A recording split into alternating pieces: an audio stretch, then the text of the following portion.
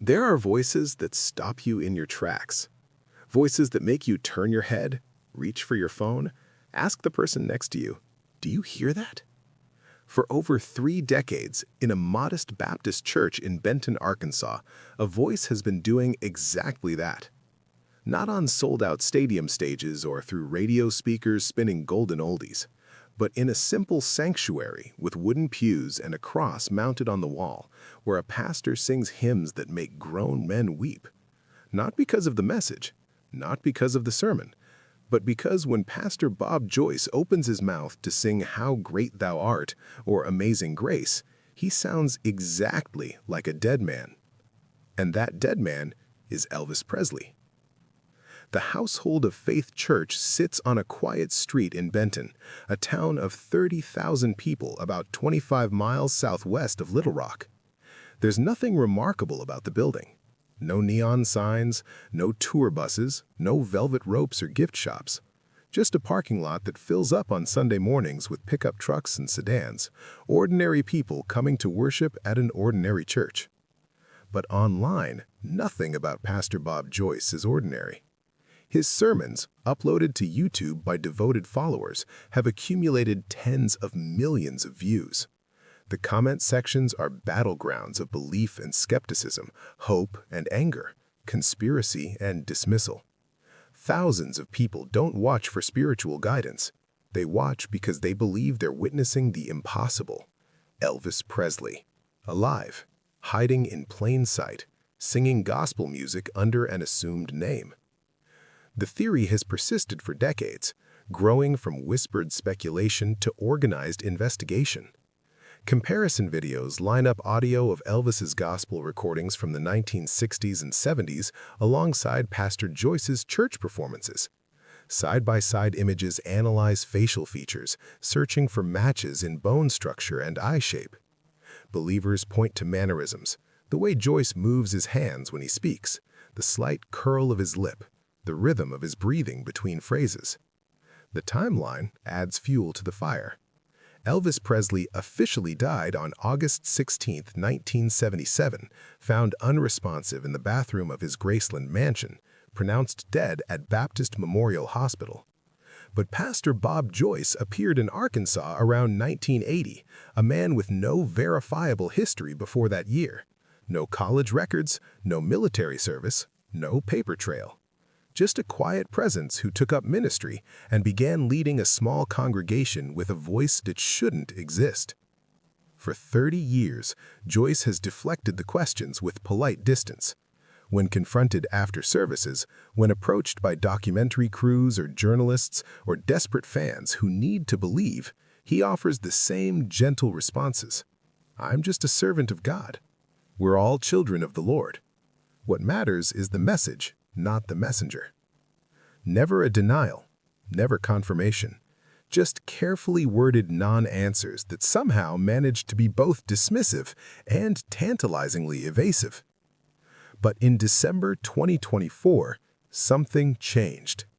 A documentary filmmaker named Chen approached Pastor Joyce with something no one else had brought before. Not just YouTube comparisons or wishful thinking. She came with evidence, scientific evidence.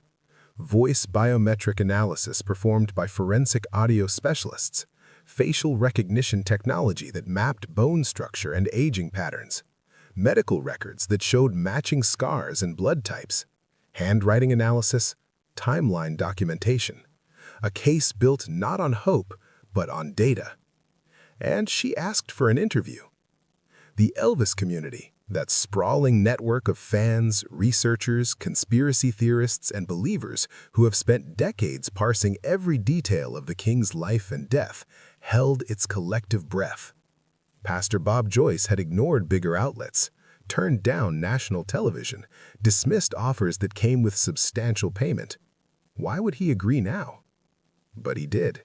One condition: no congregation present, no church elders, no witnesses beyond the camera crew. Just him, Chen, and the question that had followed him for 3 decades. The interview was scheduled for December 14, 2024, in a small office behind the church sanctuary. As word leaked through social media, the speculation became deafening.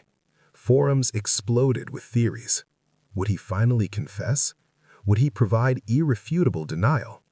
Would he reveal the truth that millions had been searching for since August 17, 1977?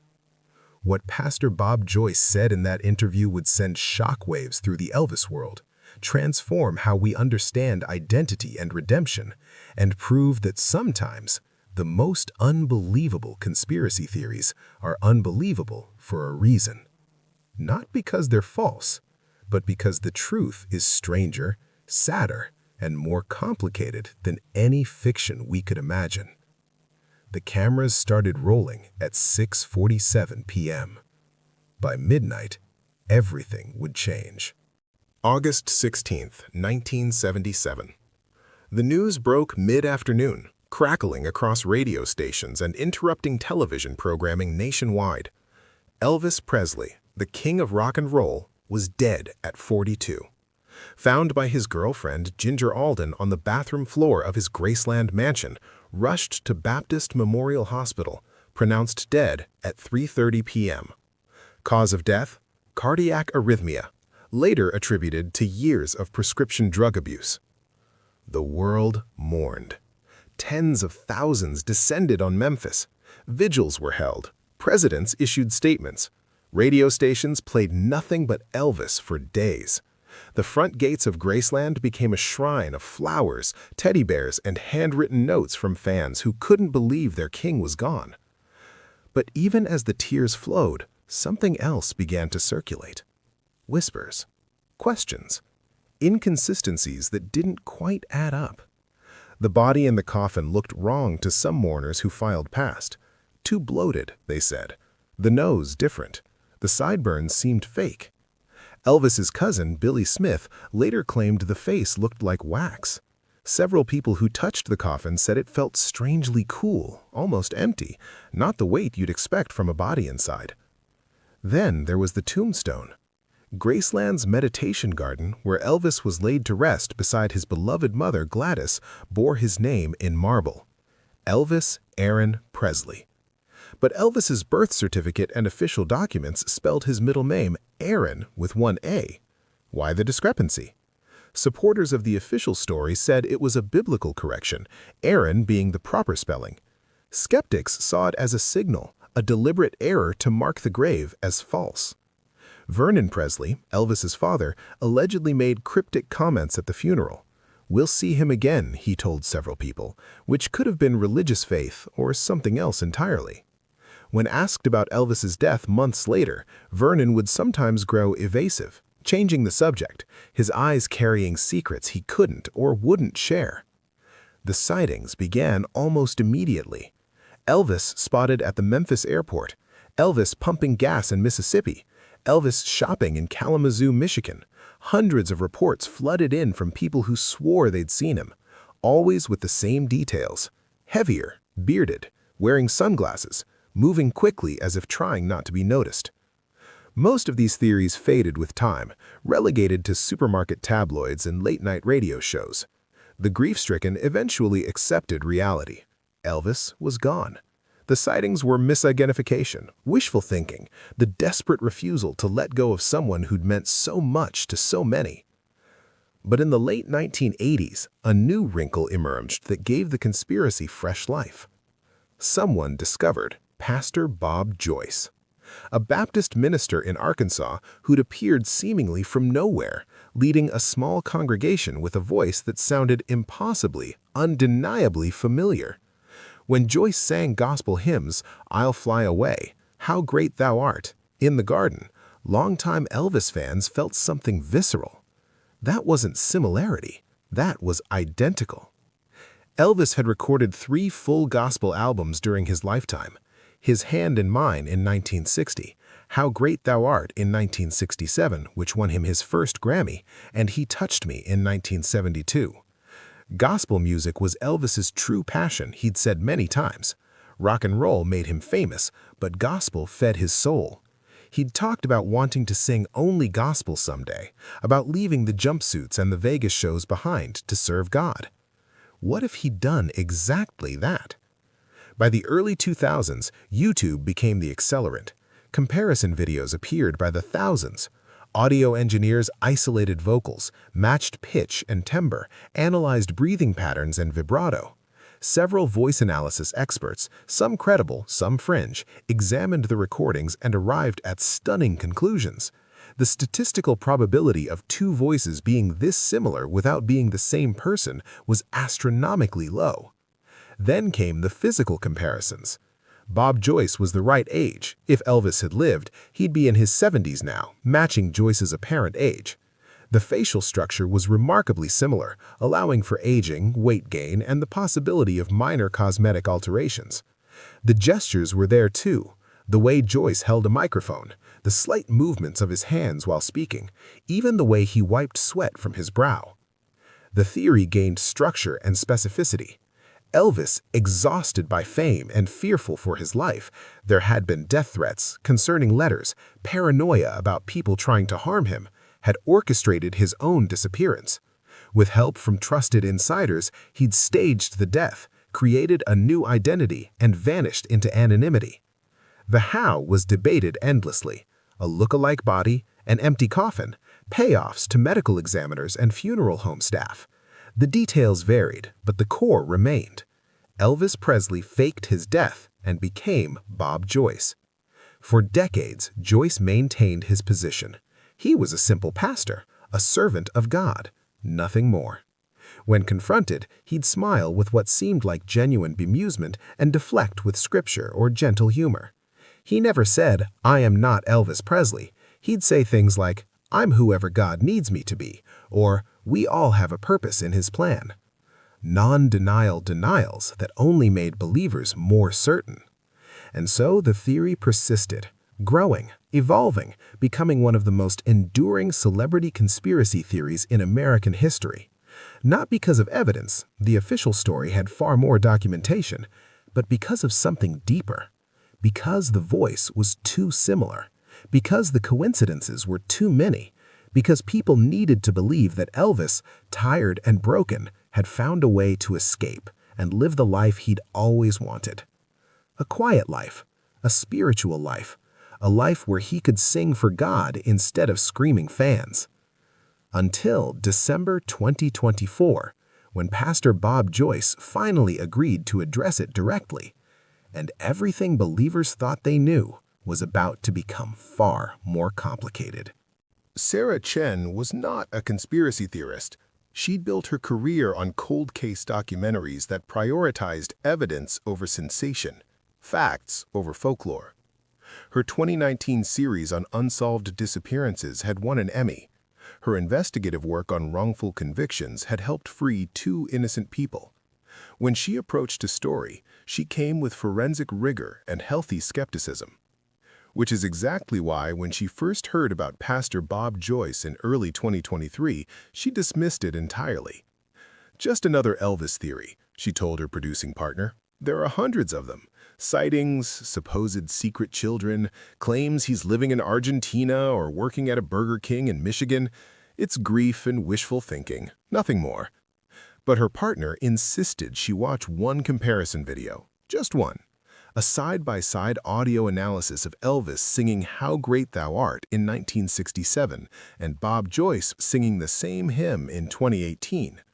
Sarah watched with her arms crossed, already preparing her dismissal. Then she heard it. Not just similarity, not just resemblance, but something that made her rewind and listen again with her eyes closed. The vocal timbre was identical. The phrasing, the breathing between lines, the subtle vibrato on sustained notes, all perfectly matched. As someone who'd worked with audio forensics on multiple cases, she knew what similar voices sounded like. This wasn't similar. This was the same instrument producing sound. She spent the next 18 months assembling a team and building a case that would either definitively prove or conclusively debunk the theory.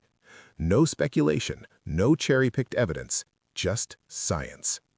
Her first hire was Dr. Raymond Torres, a forensic audio specialist who testified in over 40 criminal trials. His voice biometric analysis software had been developed for intelligence agencies to identify speakers in covert recordings. The technology analyzed over 200 distinct vocal markers: fundamental frequency, formant patterns, harmonic structure, speech rhythm, articulation characteristics. Dr. Torres spent 3 months analyzing recordings: Elvis's voice from 1954 through 1977, studio albums, live performances, home recordings, interviews. Then, Bob Joyce's voice from the 1990s through 2024, church sermons, hymns, casual conversations captured on worshipers' phones. His report, delivered in July 2024, was unequivocal: 94.7% probability of same speaker. In forensic voice analysis, anything above 90% is considered a definitive match, strong enough to hold up in court.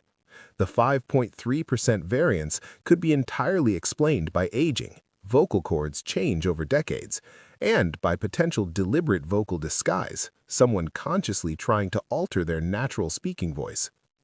I've analyzed thousands of voice samples in my career. I've never seen two allegedly different people match this closely.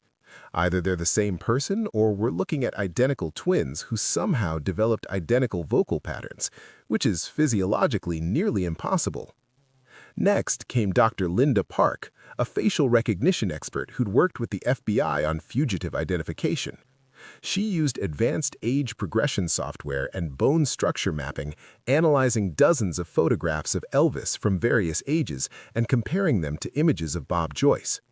The software identified 23 distinct facial landmarks, points that remain consistent throughout a person's life, regardless of weight gain, aging, or even minor plastic surgery.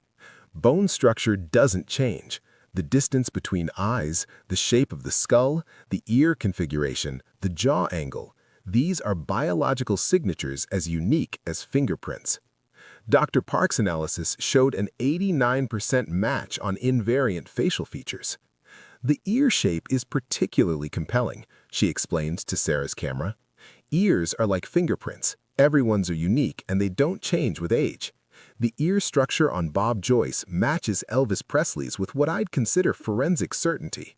You're looking at the same person, or someone who's had extensive reconstructive surgery specifically to mimic these features, which seems absurdly unlikely. Then came the medical evidence, obtained through channels Sarah's attorney advised her not to detail on camera. Elvis's autopsy was public record, listing multiple health issues, surgical scars, and a rare blood type, AB negative, shared by less than 1% of the population. Through a private investigator, Sarah obtained medical records for Bob Joyce from a 2015 hospitalization. Same blood type, same location of appendectomy scar, similar cardiac irregularities, a prescription for a medication that matched something Elvis had taken for chronic health issues.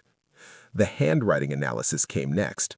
Forensic document examiner Margaret Huang compared church documents signed by Bob Joyce, visitor logs, financial papers, pastoral letters, with known samples of Elvis's handwriting and signatures.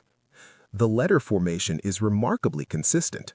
The pressure points, the stroke patterns, the distinctive way certain letters are formed, particularly the capital P and the lowercase r.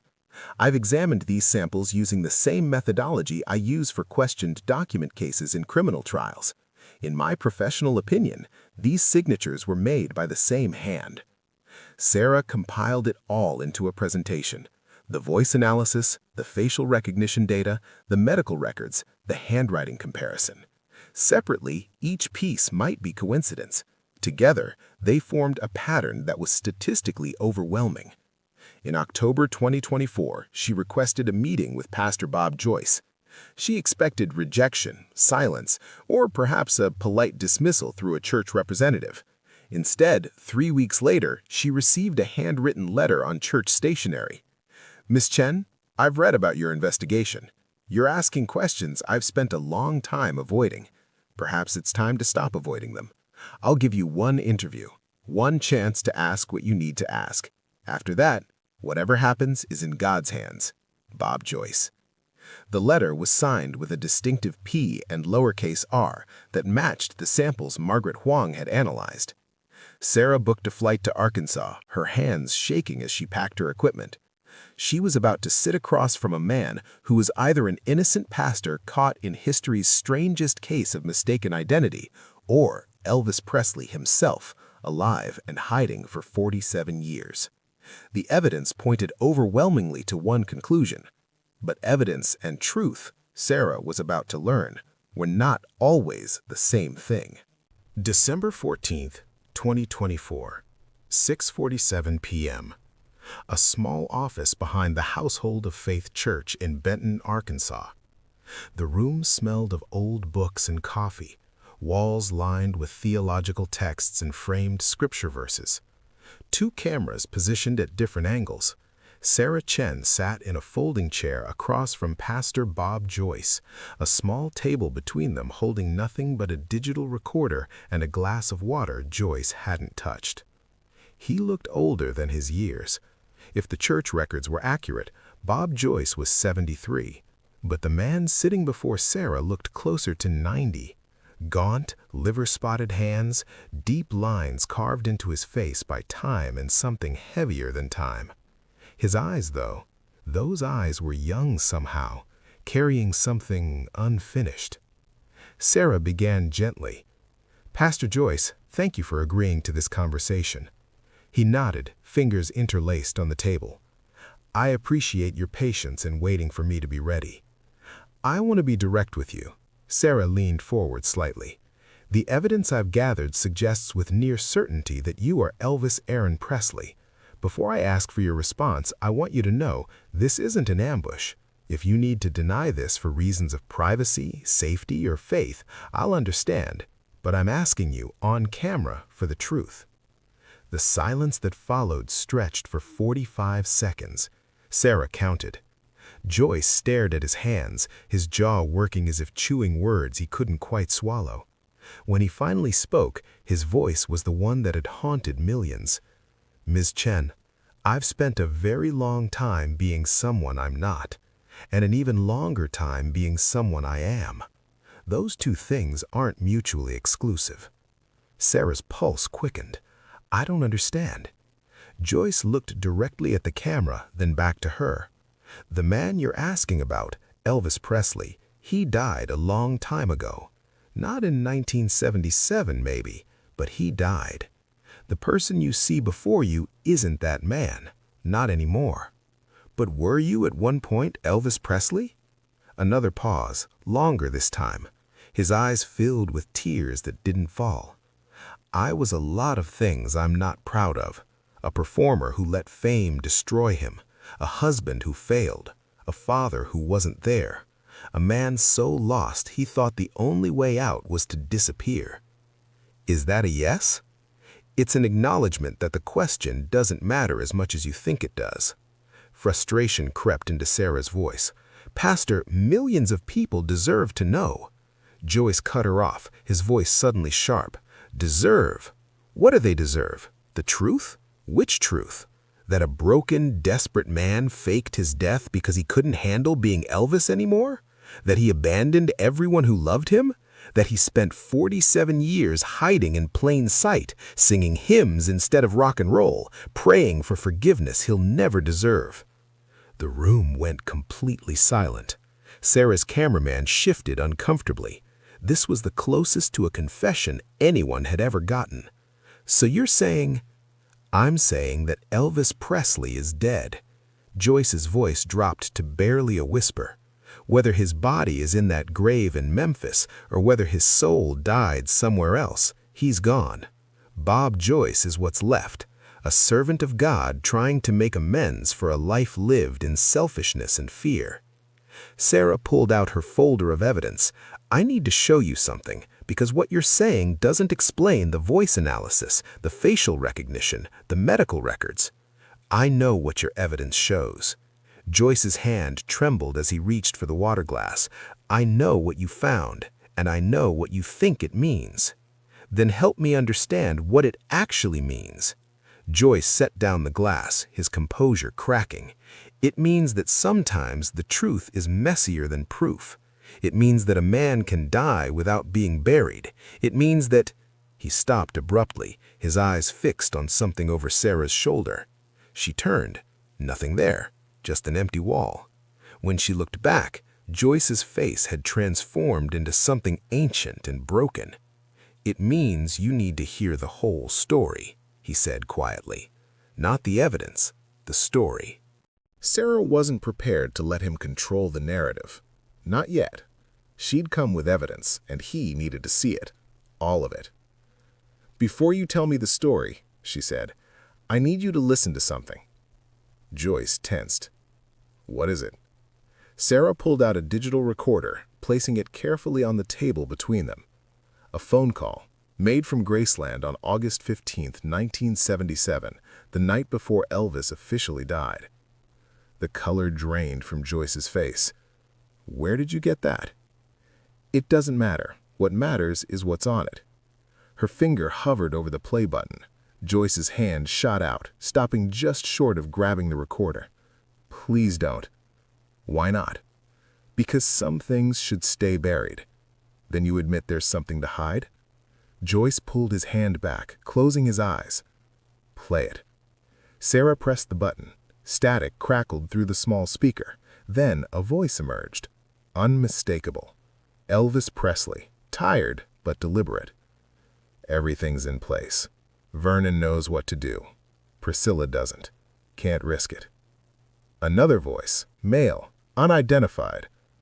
"And after?" "Elvis. After, I'm gone. Elvis Presley stays in that grave, and I get to be nobody." The other voice. "Where will you go?" "Somewhere quiet. Somewhere I can think. Maybe find God. I sure as hell haven't found him being Elvis." The recording ended with a click.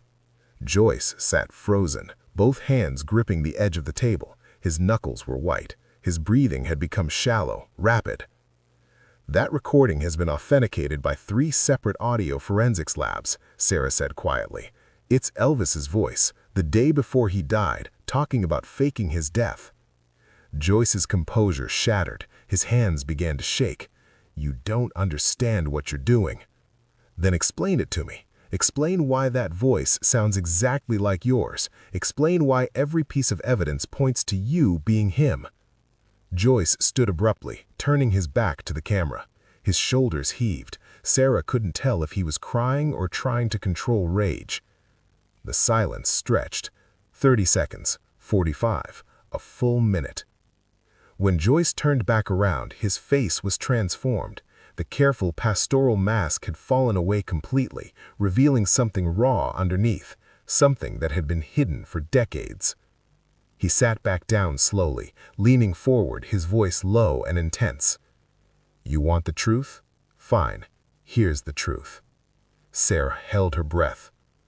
In 1977, a man named Elvis Presley was dying, not from drugs, not from his heart, from being Elvis. Every day was suffocating. Every performance was a lie. He was trapped in a body that didn't work, a life that didn't fit, a persona he couldn't escape. So he faked his death? Joyce's eyes flashed. He chose death. The question is which death? The physical one in Memphis or the spiritual one that let him disappear? "I need you to say it clearly. Are you Elvis Presley?" Joyce looked directly into the camera, those famous eyes. Because they were famous, Sarah could see it now, could see Elvis staring back at her through 47 years of disguise, wet with tears. Elvis Presley died on August 16, 1977. Whether in a bathroom or in a decision to never be him again, he died. I'm what was left behind. Sarah's voice was barely a whisper. That's not an answer. It's the only answer I have. He stood again, walked to a filing cabinet in the corner, and pulled out a manila folder. His hands were still shaking as he placed it on the table. You came here with evidence. I respected that. Now I'm going to show you something that will help you understand why evidence isn't enough. He opened the folder, revealing a photograph. Sarah leaned forward. The image showed a young man, early 40s, bearded, sunglasses, thinner than Elvis in 1977, but unmistakably similar. He stood in front of a construction site, work clothes covered in dust. Benton, Arkansas, 1978, the year before I became Pastor Bob Joyce, the year after Elvis Presley died. Sarah picked up the photo with trembling hands. This is you. This is who I was trying to become. Sarah studied the photograph, her mind racing through implications. The man in the image was unmistakably familiar. The bone structure, the set of the shoulders, the way he held himself, even in work clothes. "There's more," she said, pulling additional documents from her briefcase. "I found baptismal records. Bob Joyce was baptized in 1979. Born again, the records say." Joyce nodded slowly. "June 14th, 1979. First Baptist Church, Little Rock." Elvis Presley was also deeply religious. He recorded gospel albums. He sought spiritual meaning his entire life. He talked about wanting to be a preacher. "Stop." Joyce's voice was quiet but firm. Sarah continued anyway.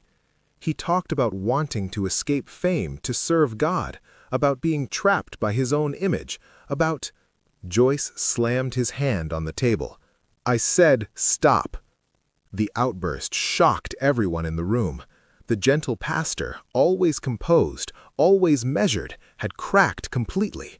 Sarah's cameraman actually flinched. Joyce stood, pacing to the window, his back to them. His whole body was trembling. "You want me to say it?" His voice was raw now, stripped of all pretense. "You want me to destroy everything I've built? Every person who's found faith in this church? Every soul I've tried to save? Every moment of peace I've clawed out of 47 years of hiding? You want me to burn it all down so you can have a headline?" "I want the truth," Sarah said quietly. Joyce laughed, bitter, broken, nothing like the gentle chuckle congregants knew. "The truth. The truth is that Elvis Presley was a coward. He couldn't handle being a man, so he played God on stage. And when that wasn't enough, when the applause died and the lights went out, he ran." He turned back to face her, and Sarah saw it clearly now. This wasn't just a similar face. This was Elvis Presley, aged and weathered, but unmistakable. "He faked his death," Joyce continued, his voice cracking. "Abandoned his daughter, broke his father's heart, let the world mourn him while he hid like a rat in Arkansas, pretending to be someone else." "Why?" Sarah's own voice was shaking now. "Because he was weak." Joyce's composure shattered completely. "Because fame was killing him and he didn't have the strength to fight it honestly. Because it was easier to die than to admit he needed help. Because—" His voice broke entirely. He covered his face with his hands, shoulders heaving with sobs that seemed to come from somewhere deep and ancient. When he spoke again, it was barely a whisper. "The truth is, I've lived with that guilt every single day for 47 years. Every sermon I preach, every hymn I sing, every prayer I offer, it's all an apology I can never make loud enough." He lowered his hands, looking directly at Sarah with eyes full of unbearable pain. "An apology to my daughter who grew up without a father, to my ex-wife who deserved better, to my father who died believing I was gone, to everyone who loved Elvis Presley and deserved to know he was too weak to be what they needed." The silence in the room was absolute. Sarah's heart was pounding so hard she was certain the microphones were picking it up. Joyce walked back to the table, sat down heavily, looked directly into the camera with the weight of decades in his eyes. "So yes, Miss Chen." His voice was steady now, resigned. I was." He took a shuddering breath. "God forgive me. I am Elvis Aaron Presley." He paused, tears streaming down his face. "And I have hated him, hated myself for what he did every single day since August 16th, 1977. The confession hung in the air like smoke after a gunshot. Elvis Presley was alive, and he was breaking apart on camera. After the confession, Pastor Bob Joyce, Elvis Presley, sat in complete silence for nearly 10 minutes. The cameras kept rolling, capturing every moment of a man reconciling 47 years of lies with one devastating truth. Sarah didn't speak, didn't move, just watched as decades of carefully constructed armor crumbled before her eyes. When he finally spoke again, his voice was different. Not the pastor's gentle drawl, not Elvis's Memphis swagger, something in between, something that sounded like the truth. You're wondering why I'm telling you this now. Why, after all these years, I'm letting it all fall apart. Sarah nodded, not trusting herself to speak. Joyce wiped his eyes, composed himself with visible effort. 3 reasons. The first, I'm dying. Sarah's breath caught. This wasn't in her research. Stage 4 pancreatic cancer, diagnosed 6 months ago. I have maybe a year, probably less. He pulled a manila folder from a drawer, slid medical records across the table.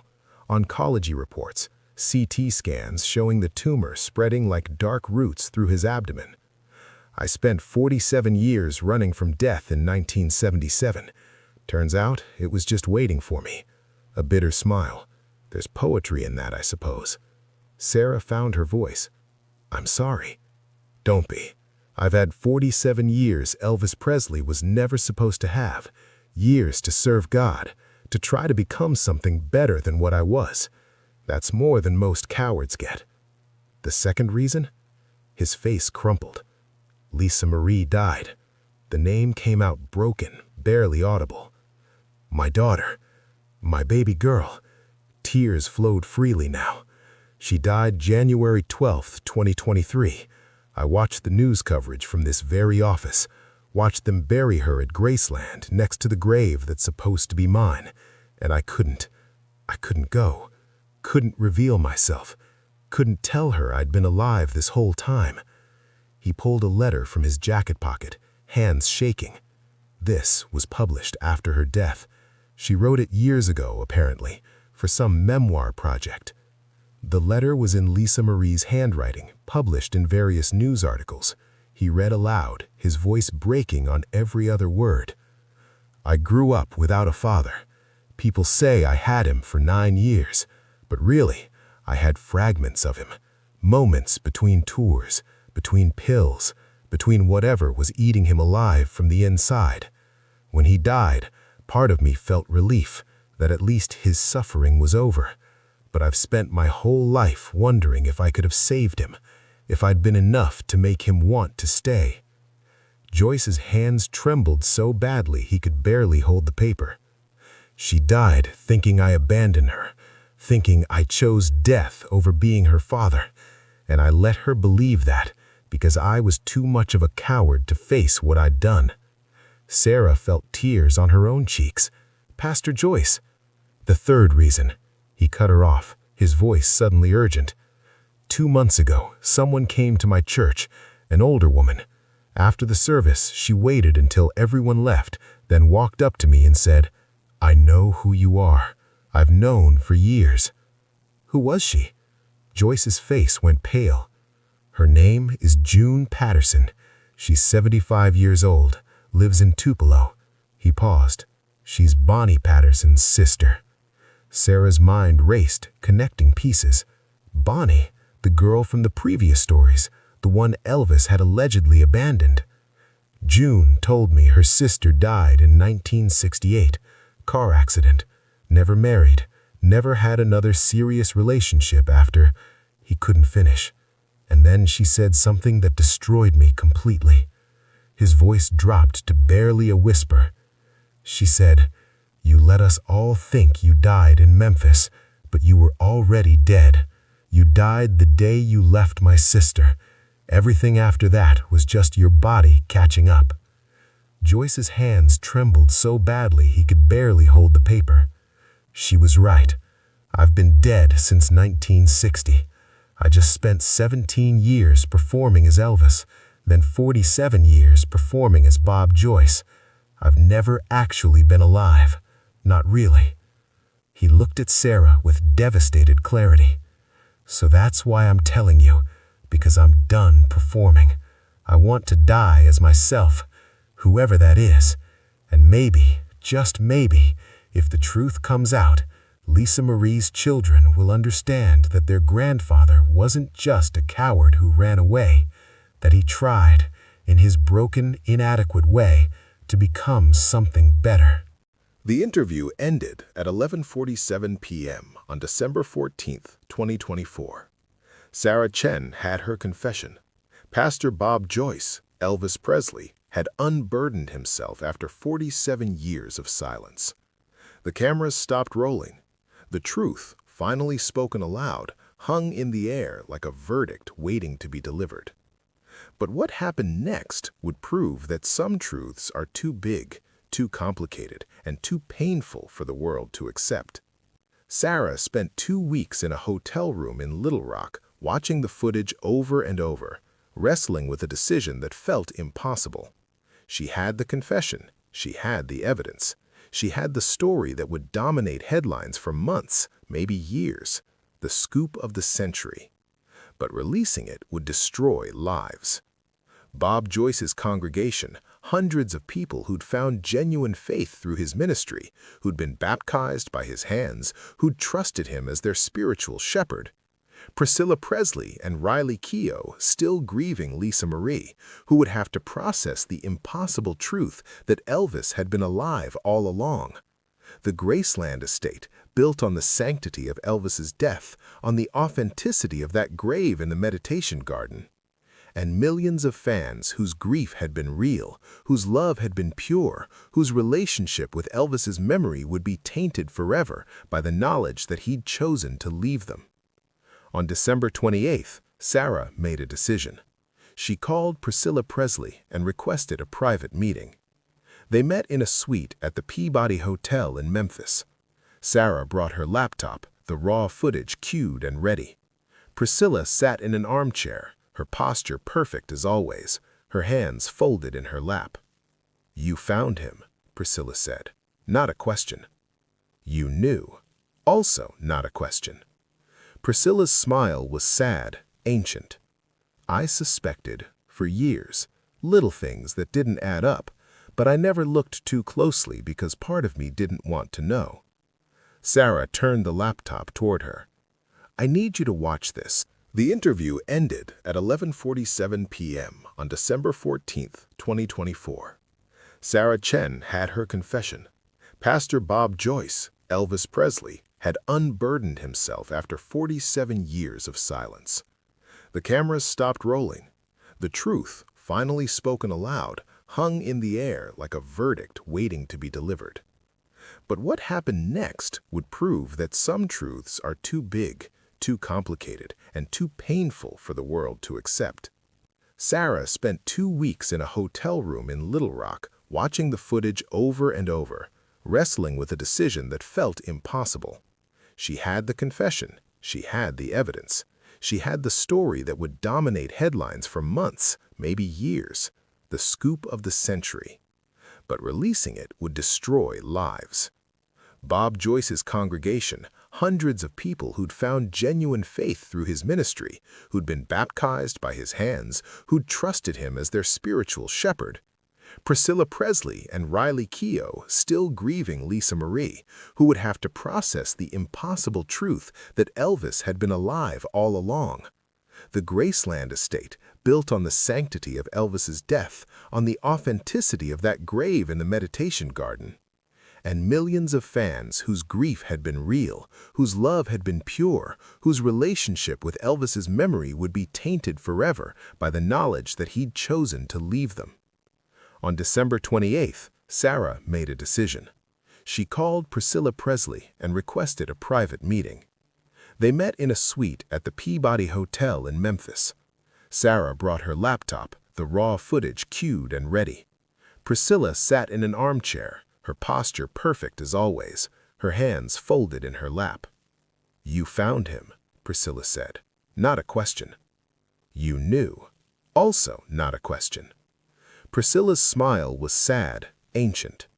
"I suspected, for years, little things that didn't add up, but I never looked too closely because part of me didn't want to know. Sarah turned the laptop toward her. I need you to watch this. For 40 minutes, Priscilla sat in complete silence, watching her ex-husband confess to crimes against everyone who'd loved him. When it ended, tears streamed down her face, but she made no sound. Finally, she spoke. "Don't release it. Not yet. Let him die first. Let him have peace." "And after?" Priscilla's eyes met Sarah's. "After, it becomes history. But until then, it's mercy." Sarah made her decision. The footage would be sealed until Pastor Bob Joyce's death. In the meantime, she published a carefully worded article in a respected documentary film journal. Pastor Bob Joyce, a voice, a mystery, and questions that may never be answered. She presented the evidence, the voice analysis, the facial recognition, the timeline, but not the confession. She left it ambiguous, allowing people to draw their own conclusions. The Elvis community exploded. Believers felt vindicated. Skeptics demanded more proof. Most people remained somewhere in the middle, fascinated but uncertain. Meanwhile, Bob Joyce returned to his church. If anything, attendance increased. People came to see if they could spot Elvis beneath the pastoral facade. He preached the same sermons, sang the same hymns, but those who knew him best said something had changed. He seemed lighter, freer, as if confession had lifted a weight. His final sermon, delivered on January 19, 2025, was titled "The Freedom in Truth." He didn't mention Elvis, didn't reference the controversy swirling around him, but he spoke about redemption, about second chances, about the possibility of becoming new. We are not our past. We are not our mistakes. We are not even our names. We are who God makes us in each moment we choose to be honest. When he sang Amazing Grace that morning, he didn't hide it, didn't disguise it. The voice was pure Elvis Presley, and everyone in the room knew it. Pastor Bob Joyce died peacefully in his sleep on March 8, 2025. Pancreatic cancer, as predicted. His funeral was small, private, attended by his congregation and one notable guest who slipped in through a side door, Priscilla Presley. She sat in the back row, veiled, weeping silently. At the burial, in a modest Arkansas cemetery, not Graceland, not Memphis, just a quiet plot beneath an oak tree, the officiating pastor made an unusual statement. "We commit to the earth the body of Robert Presley Joyce, beloved pastor, servant of God, and child of the Lord." The middle name, Presley, had been added to his legal documents years ago. He'd been hiding in plain sight all along. 6 months later, Sarah Chen's documentary was released, The Man Who Became Bob Joyce. It contained everything: the confession, the evidence, the truth. The world's reaction was predictably divided. Some celebrated, "I knew it, I always knew." Others mourned, "He abandoned us, he lied for 47 years." Most remained somewhere in the middle, fascinated but uncertain. Graceland made one quiet change. In the meditation garden, beside Elvis's grave, they added a small bronze plaque, "For those who search for truth and those who find peace in mystery." No mention of Bob Joyce, no confirmation, no denial, just acknowledgement that some stories have more than one ending. And somewhere on 1,000 YouTube videos, the comparison continues. Elvis singing gospel in 1967, Bob Joyce singing gospel in 2024. The same voice, the same soul, perhaps. The question remains, eternal and unanswerable. Does it matter who he was or who he became? If you've made it this far, searching for answers in stories about Elvis, Priscilla, and the truths hidden in songs and silence, consider subscribing to our channel, because some mysteries deserve to be explored, some legends deserve to be questioned, and some truths deserve to be told, even when they change everything.